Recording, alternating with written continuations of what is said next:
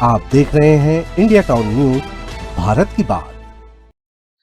एक ऐसा डॉक्टर जिसने खुद को दिल का बड़ा विशेषज्ञ बताया, अस्पताल में नौकरी की, मरीजों की एंजियोग्राफी और एंजियोप्लास्टी जैसी गंभीर प्रक्रियाएं की, लेकिन बाद में सामने आया कि उसकी डिग्रियां ही सवालों के घेरे में है।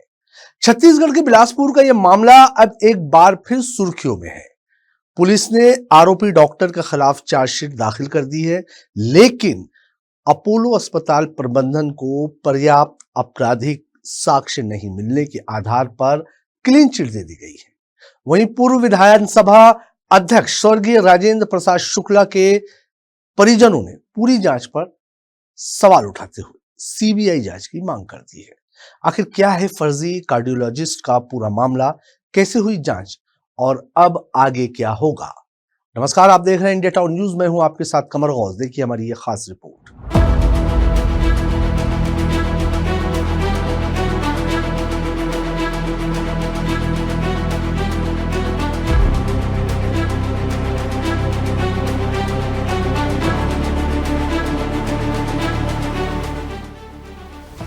बिलासपुर का बहुचर्चित फर्जी कार्डियोलॉजिस्ट मामला अब एक नए मोड़ पर पहुंच गया है।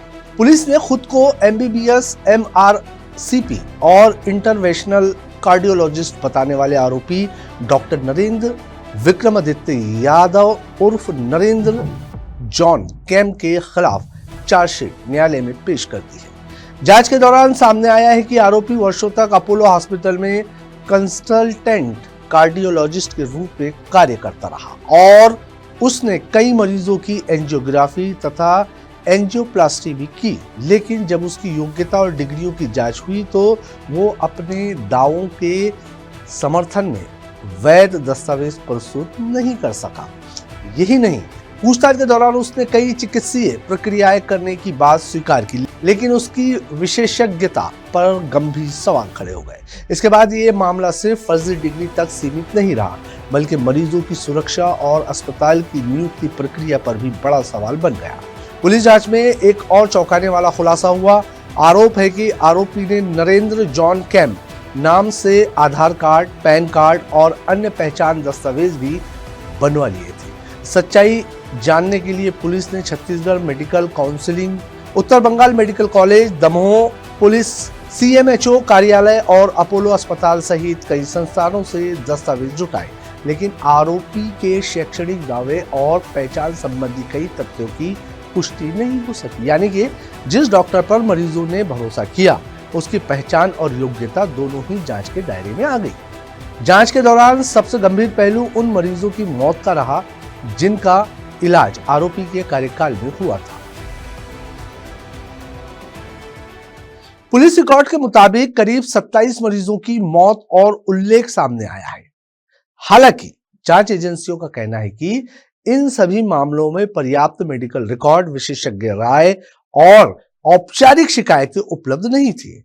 इसी वजह से इन मौतों को कानूनी रूप से सीधे आरोपी की कथित फर्जी विशेषज्ञता से जोड़ने के लिए पर्याप्त आधार नहीं मिल पाया। पुलिस के अनुसार इस पूरे मामले में केवल 2 लोगों ने औपचारिक शिकायत दर्ज करवाई थी, जिसके आधार पर जांच आगे बढ़ाई गई है। और प्रबंधन का जो उसमें आरोप था, प्रबंधन के खिलाफ जो आरोप था, उन आरोपों की जांच की गई। उस जांच में जो कमेटी उसको अपॉइंट की थी, उस कमेटी के द्वारा जो डॉक्यूमेंट लिए गए थे, रिज्यूमे उसका डॉक्टर का लिया गया था, उसमें उसकी डिग्री, उसके पूर्व में और भी हॉस्पिटल में 40 हॉस्पिटल है और भी कहीं भी काम किया था तो वो सबके रिकॉर्ड लिए गए और ऐसा कोई भी तथ्य नहीं आया है जिसमें कि उसके द्वारा वहां पर फर्जी डिग्री अपनी दी गई थी। हॉस्पिटल ने उसकी डिग्री को फर्जी माना था, तो इसलिए उसमें चालान पेश किया गया 173(8) में। और बाद में जब कोई भी ऐसे साक्ष्य नहीं पाए गए हैं तो अभियोजन शाखा से इसमें जो प्रोसिक्यूशन हमारा है उससे हमने एडवाइस ली थी, उसमें फिर उसको पेश किया गया। 27 जून 2025 को पुलिस ने आरोपी के खिलाफ फर्जी दस्तावेज तैयार करने, धोखाधड़ी, कूटरचना और फर्जी तरीके से विशेषज्ञ चिकित्सक बनकर इलाज करने जैसे आरोपों में चार्जशीट दाखिल कर दी है। हालांकि अस्पताल प्रबंधन और चयन समिति की भूमिका की भी अलग से जांच की गई है। पुलिस का कहना है कि उन्हें ऐसा कोई ठोस आपराधिक साक्ष्य नहीं मिला जिससे ये साबित हो सके कि अस्पताल प्रबंधन ने जानबूझकर फर्जी डॉक्टर की नियुक्ति की या किसी आपराधिक षड्यंत्र में शामिल था। इसी आधार पर अपोलो अस्पताल प्रबंधन के खिलाफ क्लोजर रिपोर्ट पेश कर दी गई है। पूर्व विधानसभा अध्यक्ष स्वर्गीय राजेंद्र प्रसाद शुक्ल के परिजनों ने पुलिस जांच पर सवाल उठाए हैं। उनका कहना है कि मामले की निष्पक्ष और व्यापक जांच के लिए इसे केंद्रीय जांच ब्यूरो यानी सीबीआई को सौंपा जाना चाहिए। परिजनों का आरोप है कि यदि पूरे मामले की स्वतंत्र एजेंसी से जांच होगी तो कोई ऐसा तथ्य सामने आ सकते हैं जो अब तक सामने नहीं आए हैं। दोषी तो प्रबंधन है ना, व्यक्ति थोड़ी है वहाँ। आज भी मैनेजमेंट ही काम करता है। आज कोई व्यक्ति है, कल कोई रहेगा, परसों कोई रहेगा, परंतु अस्पताल तो आज भी वही है। उसके सीएमओ को भी कहा गया था कि जांच करके रिपोर्ट दे, उसकी भी कोई रिपोर्ट नहीं आई। पुलिस ने भी उसके खिलाफ कुछ नहीं किया। तो मैं इस व्यवस्था से तो असंतुष्ट हूँ। हम ये चाहते हैं कि इसकी जांच होना चाहिए, सीबीआई जांच हो, न्यायिक जांच हो, क्योंकि वो सिर्फ पूर्व विधानसभा अध्यक्ष नहीं थे, उस समय सिटिंग एमएलए थे। दरअसल ये मामला करीब 2 दशक पुराना है। अपोलो अस्पताल के रिकॉर्ड के अनुसार वर्ष 2002 से 2006 के बीच पूर्व विधानसभा अध्यक्ष राजेंद्र प्रसाद शुक्ल का कई बार इलाज हुआ। 1 जून 2006 को आरोपी डॉक्टर की अस्पताल में नियुक्ति हुई। इसके बाद 21 जुलाई 2006 को शुक्ल को भर्ती किया गया और 2 अगस्त 2006 को आरोपी ने उनकी एंजियोग्राफी और एंजियोप्लास्टी की थी। बताया जाता है कि प्रक्रिया के कुछ घंटों बाद उनकी तबीयत बिगड़ गई। लगभग 18 दिनों तक वेंटिलेटर पर रहने के बाद 20 अगस्त 2006 को उनका निधन हो गया। हालांकि ये ध्यान रखना जरूरी है कि पुलिस ने अपनी जांच में उनकी मृत्यु और आरोपी की कथित फर्जी विशेषज्ञता के बीच प्रत्यक्ष कानूनी संबंध स्थापित होने की पुष्टि नहीं की है। करीब 19 साल बाद अप्रैल 2025 में ये मामला फिर चर्चा में आया, जब मध्य प्रदेश के दमोह से आरोपी डॉक्टर की गिरफ्तारी हुई। इसके बाद प्रोफेसर प्रदीप शुक्ल ने शिकायत दर्ज कराई कि उनके पिता का इलाज भी इसी डॉक्टर ने किया था।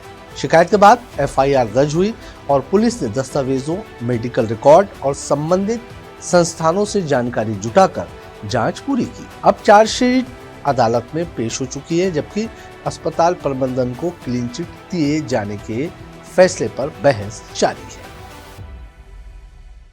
फिलहाल इस पूरे मामले में आरोपी डॉक्टर के खिलाफ न्यायालय में चार्जशीट दाखिल हो चुकी है, जबकि अपोलो अस्पताल प्रबंधन को पुलिस ने पर्याप्त आपराधिक साक्ष्य नहीं मिलने के आधार पर क्लीन चिट दे दी है। वहीं पूर्व विधानसभा अध्यक्ष राजेंद्र प्रसाद शुक्ल के परिजनों की सीबीआई जांच की मांग ने इस मामले को नया राजनीतिक और कानूनी आयाम दे दिया है। अब सबसे बड़ी सवाल यह है कि क्या अदालत में पेश किए गए साक्ष्य इस मामले की पूरी सच्चाई सामने ला पाएंगे? क्या सीबीआई जांच की मांग स्वीकार होगी? और सबसे अहम, भविष्य में अस्पतालों में डॉक्टरों की नियुक्ति और उनकी डिग्रियों की सत्यापन की प्रक्रिया कितनी मजबूत होगी? इन सभी सवालों के जवाब आने वाले दिनों में तय करेंगे कि इस बहुचर्चित मामले का अंतिम सच क्या है। आज के हमारी इस खास रिपोर्ट में फिलहाल इतना ही। मुझे दीजिए इजाजत और आप देखते रहिए इंडिया टाउन न्यूज, भारत की बात। नमस्कार। आप देख रहे हैं इंडिया टाउन न्यूज, भारत की बात।